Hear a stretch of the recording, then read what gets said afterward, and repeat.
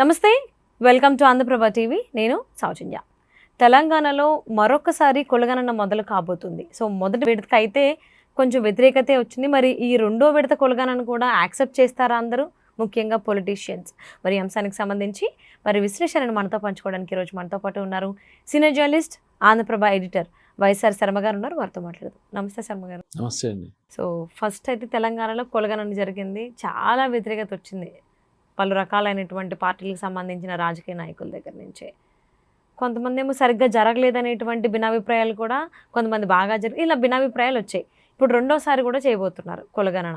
So మరి దీనికి సంబంధించి ఇదైనా సరిగ్గా జరుగుతుంది అనుకోవచ్చు, అసలు ఏంటంటారు? నిజానికి రేవంత్ రెడ్డి గారి ప్రభుత్వం చాలా మంచి డెసిషన్ తీసుకుంది. ఏది కులగణన మొదటిసారి చేసిన వ్యవహారంలో అందరినీ కలుపుకొని పోలేని పరిస్థితుల్లో ఏకపక్షంగా చేసిందనేది విస్తృత ప్రజాభిప్రాయం. పొలిటికల్గా కానివ్వండి, జనం వైపు నుంచి కూడా. దాంతో ఏంటంటే అసలు కులగణనలో బీసీల సంఖ్య తగ్గించేశారని, అసలు మొత్తం రాష్ట్ర వ్యాప్తంగా అందరూ పాల్గొనలేకపోయినారని, పాల్గొనే అవకాశం ఇవ్వలేదని, ఇట్లా ప్రభుత్వం మీద రకరకాల ఆరోపణలు వచ్చినాయండి. ఈ నేపథ్యంలో ఏంటంటే ముఖ్యంగా రాజకీయ నాయకులు కూడా, బీఆర్ఎస్ పార్టీ అండ్ బీజేపీ, ఈ రెండు పార్టీలు కూడా ఆ కులగణనని వ్యతిరేకించినాయి. ఏ గ్రౌండ్స్లో వ్యతిరేకించినాయి అంటే, ఒకటి, కులగణన సంపూర్ణంగా చేయలేదు కాబట్టి మేము దీన్ని యాక్సెప్ట్ చేయం. రెండోది, బీసీ జనాభాని తగ్గించారు, ఉద్దేశపూర్వకంగా తగ్గించారు కాబట్టి మేము యాక్సెప్ట్ చేయం.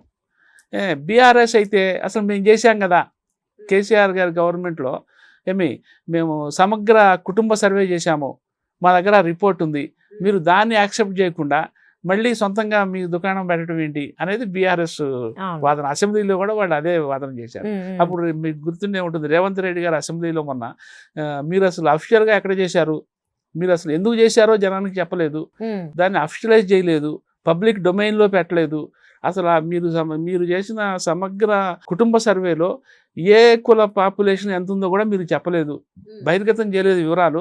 అటువంటిప్పుడు మీ నివేదిక ఎట్లా తెలుస్తుంది? గవర్నమెంట్ ఎప్పుడైతే కులగణన సర్వే మొదలుపెట్టిందో మీరు ఈ రిపోర్ట్ తీసుకొచ్చేసి ఇది మాది నిజమైన జెన్యూన్ రిపోర్ట్ అని చెప్పి మీరు అంటే ఎట్లా జరుగుతుంది అని చెప్పి రేవంత్ రెడ్డి గారు కౌంటర్ అటాక్ చేశారు అసెంబ్లీలో కూడా. సో ఇవన్నీ నిజాలు కూడా. యాక్చువల్లీ సమగ్ర కుటుంబ సర్వే చేసిన మాట వాస్తవము. అయితే అది ఒకే రోజు చేశారు, రాష్ట్ర వ్యాప్తంగా వేలాది మంది ప్రభుత్వ ఉద్యోగులు నియమించి ఒకే రోజు చేశారు. సరే, ఒకరోజు చేశారా, నెల రోజులు చేశారని పక్కన పెడితే, అది ప్రభుత్వము ఎందుకు చేసింది, దాని లక్ష్యం ఏమిటి, దాని నుంచి సామాజికంగా పొలిటికల్గా ఆ రిపోర్ట్ని ఎట్లా వాడుకోవాలనుకుంది గవర్నమెంట్ అనేది చెప్పలేదు అప్పట్లో కేసీఆర్ ప్రభుత్వం.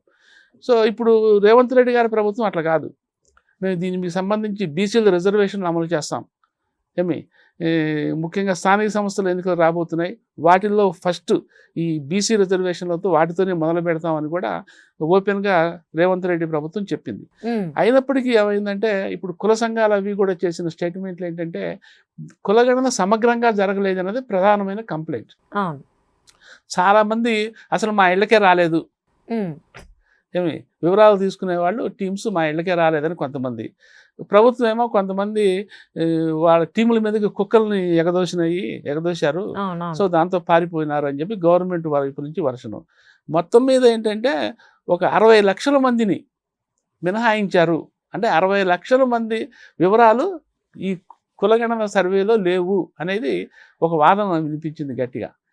సో ఏదైతేనేమి మొత్తం మీద ఈ కులగణన ప్రజల విశ్వాసాన్ని చూరగొనలేకపోయింది, పూర్తిగా వాళ్ళని కన్విన్స్ చేయలేకపోయింది అనే ఒక మెసేజ్ అయితే ప్రభుత్వానికి అందింది.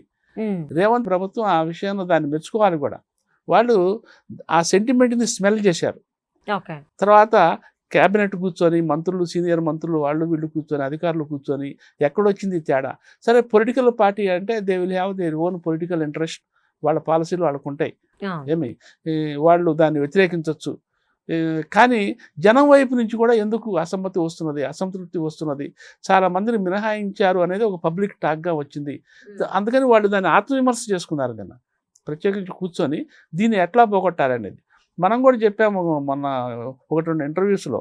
అంటే ప్రజల విశ్వాసాన్ని చొరగొనేలా ఎవరైతే లెక్కల్లోకి రాలేదో మళ్ళీ వాళ్ళని రీసర్వే చేసి వాళ్ళ వివరాలు తీసుకొని ఇప్పుడున్న కులగణన సర్వేని మోర్ కాంప్రహెన్సివ్గా చేస్తే డెఫినెట్గా పబ్లిక్ నుంచి యాక్సెప్టెన్స్ రావచ్చు అనేది ఒక వాదన అయితే ఉంది. ఆ ఫీలింగ్స్ని గవర్నమెంట్ గ్రాంటెడ్లోకి తీసుకుంది. తీసుకొని నిన్న కూర్చొని విస్తృతంగా చర్చించి ఈ నెల 16 నుంచి, ఇవాళ 13వ తారీఖు అనుకోండి, 16 నుంచి దాదాపు 28వ తారీఖు దాకా అనుకుంటా, 12-13 రోజుల పాటు ఈ మిస్సింగ్స్ని ఇంక్లూడ్ చేసుకునే కార్యక్రమం రీసర్వే. వాళ్ళు ఆన్లైన్ ద్వారా చేస్తారా, లేకపోతే టీములు పంపిస్తే చేస్తారా, వాళ్ళే వచ్చి వాళ్ళ వివరాలు సబ్మిట్ చేస్తారా? ఈ విషయంలో గవర్నమెంట్, రేవంత్ రెడ్డి గారి గవర్నమెంట్ చాలా ప్రాంప్ట్గా మంచి డెసిషన్ తీసుకుంది అనేది యాక్సెప్టెన్స్ అయితే వచ్చింది. అయితే ఈసారి కూడా మళ్ళీ వీళ్ళు మొదటిసారి చేసిన తప్పుని ఈసారి సరిదిద్దుకునే కార్యక్రమంలో ఉన్నారు. మొదటిసారి చేసిన తప్పు ఏంటంటే, వాళ్ళు సామాజికంగా ఉన్న వివిధ కుల సంఘాలని వివిధ ఫ్యాక్టర్స్ని వాళ్ళు లెక్కలోకి తీసుకోవాలా. గవర్నమెంట్ ఒక డెసిషన్ చేసేసింది. రేవంత్ రెడ్డి గారు ఒక స్టేట్మెంట్ ఇచ్చారు, ఇదిగో పలానప్పటి నుంచి మేము కులగణన చేసేస్తాము, అందరూ వివరాలు ఇవ్వాలి. ఒక హుకుం జారీ చేశారు, టీములు అరేంజ్ చేశారు, వీళ్ళు ఏడినయ్యి, ఇచ్చిన వాళ్ళు ఇచ్చారు, ఇవ్వని వాళ్ళు ఇవ్వలే, అట్లా జరిగింది. సో రేవంత్ రెడ్డి గవర్నమెంట్ తర్వాత తెలుసుకుంది. సో అంటే మొదటిసారి చేసినటువంటి పొరపాట్లు ఏవైతే ఉన్నాయో తెలుసో తెలియకో అది సరిదిద్దుకుని ఇప్పుడు రెండోసారి జాగ్రత్త పడతారని అనుకోవచ్చా ఈ కులగణన అంశంలో? ఇప్పుడు రీసర్వే అదే జాగ్రత్త పడ్డట్టే లెక్క. ముఖ్యంగా ఈ కుల సంఘాలతో కూడా వాళ్ళు సమావేశాలు జరుపుతున్నారు. రకరకాల కుల సంఘాలను పిలిచి వాళ్ళకి ప్రభుత్వం ఉద్దేశించి చెప్పి, రిజర్వేషన్ల విషయంలో ఏ కులానికి, మున్నూరు కాపు దగ్గర నుంచి, యాదవుల దగ్గర నుంచి, రకరకాల కులాలకున్న ఈ బీసీ సామాజిక వర్గాలకి ఎటువంటి లోపం జరగకుండా, అన్యాయం జరగకుండా చూస్తాము అని వాళ్ళందరినీ కన్విన్స్ చేసి వాళ్ళందరినీ మళ్ళీ ఈ గ్యాంబిట్లోకి తెచ్చే ప్రయత్నం చేస్తున్నది. ఇది అసలు మొదటే చేస్తుంటే చాలా బాగుండేది, ఇంత లెక్క ఇది వచ్చేది కాదు. అయినా సరే జరిగిందేదో జరిగిపోయింది. ఆ మిగిలిన మరి 60 లక్షల మంది ఉన్నారో ఎంతమంది ఉన్నారో కానీ వీళ్ళైతే 3% మిగిలిపోయినారు. 3%ని మళ్ళీ మేము ఇంక్లూడ్ చేస్తాము, వివరాలు తీసుకుంటామని చెప్పింది గవర్నమెంట్. కుల సంఘాలు అయితే 60 లక్షల మంది ఉన్నారు.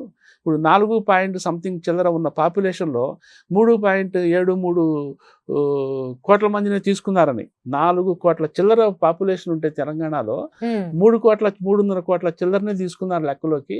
ఇంకా 60 లక్షల మంది మిగిలిపోయినారు. 60 లక్షలు అంటే ఏదో మామూలు విషయం కాదు కదా.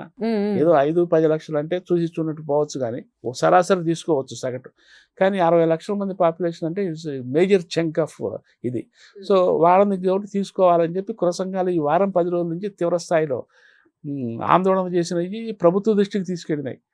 మాదలు తీసుకెళ్లారు, మాదిగ సంఘాలు తీసుకెళ్ళినాయి, బీసీ సంఘాలు తీసుకెళ్ళినాయి, మున్నూరు కాపు సంఘాలు తీసుకెళ్ళినాయి, యాదవ సంఘాలు తీసుకెళ్ళినాయి. ఇన్ని సంఘాల నుంచి, ఇన్ని కులాల నుంచి అసంతృప్తి రావడంతో ఏంటంటే రేవంత్ రెడ్డి గవర్నమెంట్ నిజంగా మేల్కొన్నదని చెప్పాలి, ఆత్మవిమర్శ చేసుకుందని చెప్పాలి, మంచి నిర్ణయం తీసుకుందని చెప్పాలి. సో డెఫినెట్గా ఈ రీసర్వే అనేది I think it will yield good results. అంటే అసలు ఎందుకు కాంగ్రెస్ ప్రభుత్వం, ముఖ్యమంత్రి రేవంత్ రెడ్డి గారు కులగణనకు సంబంధించి ఇలా రెండోసారి కూడా చేయాలి? అసలు అంటే ఉద్దేశం ఏమై ఉండొచ్చు? ఎందుకు ఈ కులగణనకి ఎంత ఇంపార్టెన్స్ ఇస్తున్నారు? యాక్చువల్లీ మొన్న అసెంబ్లీ ఎలక్షన్స్లో మేము గనక అధికారంలోకి వస్తే కులగణన చేస్తాము అని రేవంత్ రెడ్డి ప్రభుత్వం హామీ ఇచ్చింది. అయితే రేవంత్ రెడ్డి మాత్రమే హామీ ఇచ్చారా? ఆయన సొంతంగా హామీ ఇచ్చి అది నెరవేర్చుకునే ఆదరాబాదరా నెరవేర్చుకునే కార్యక్రమంలో ఇది చేశారా అంటే కాదు. యాక్చువల్లీ జాతీయ కాంగ్రెస్ నేషనల్ లెవెల్లోనే ఆల్ ఇండియా కాంగ్రెస్ కులగణన మేము అధికారంలోకి వస్తే సెంటర్లో కులగణన చేస్తాము అని వాళ్ళ పాలసీ, నేషనల్ లెవెల్లో కాంగ్రెస్ పాలసీ. రాహుల్ గాంధీ, ప్రియాంక గాంధీ కూడా ఎన్నికల ప్రచారాల్లో వేరు రాష్ట్రాల్లో చేస్తున్న ప్రతిసారి మేము కులగణన చేస్తాము అని చెప్పటమే కాకుండా మోడీ ప్రభుత్వాన్ని కూడా డిమాండ్ చేస్తున్నారు, మీరు కులగణన ఎందుకు చేయరు? కులగణన చేస్తే సామాజిక వర్గాల లెక్కలు తేలుతాయి, తద్వారా సమాజంలో ఎగుడు దిగుడు నివారించవచ్చు, అధిక జనాభా ఉన్న వాళ్ళకి ఎక్కువ ప్రయారిటీ ఇవ్వచ్చు. అది కాంగ్రెస్ జాతీయ స్థాయిలో విధానమైన నిర్ణయం అది. అందులో భాగంగా రేవంత్ రెడ్డి గారు ఇక్కడ అసెంబ్లీ ఎలక్షన్స్లో ఇక్కడ హామీ ఇచ్చారు, గవర్నమెంట్లోకి రాగానే చేశారు. రాహుల్ గాంధీ గారు కూడా దాన్ని మెచ్చుకున్నారు. మేము ఫస్ట్ తెలంగాణలో మా పార్టీ చేసింది, మీరు కూడా ఎందుకు చేస్తారా అని చెప్పి మోడీ గవర్నమెంట్ కూడా డిమాండ్ చేస్తూ వస్తున్నారు ఆన్ అండ్ ఆఫ్గా. సో ఇది రేవంత్ రెడ్డి గారి సొంత నిర్ణయం కాదు, కాంగ్రెస్, నేషనల్ కాంగ్రెస్ విధానంలో భాగంగా, అది ఇచ్చిన హామీలో భాగంగా ఒక రాష్ట్రంగా తెలంగాణలో కాంగ్రెస్ ప్రభుత్వం కులగణన నిర్వహించింది. కాకపోతే అందులో కొంచెం ఈ తేడా పాడాలు వచ్చేసినాయి. దాంతో ఇప్పుడు సరిదిద్దుకునే కార్యక్రమంలో కాంగ్రెస్ ప్రభుత్వం ఉంది. మరి రెండోసారి తెలంగాణలో కులగణన జరగబోతోంది. సో ఇది కూడా ఇంతకుముందు జరిగినటువంటి పొరపాట్లు సరిదిద్దుకొని చేయబోతున్నారు కాబట్టి ఇది సక్రమంగా సవ్యంగా జరుగుతుందని ఆశిద్దామండి. Thank you so much Sharma garu. Thank you.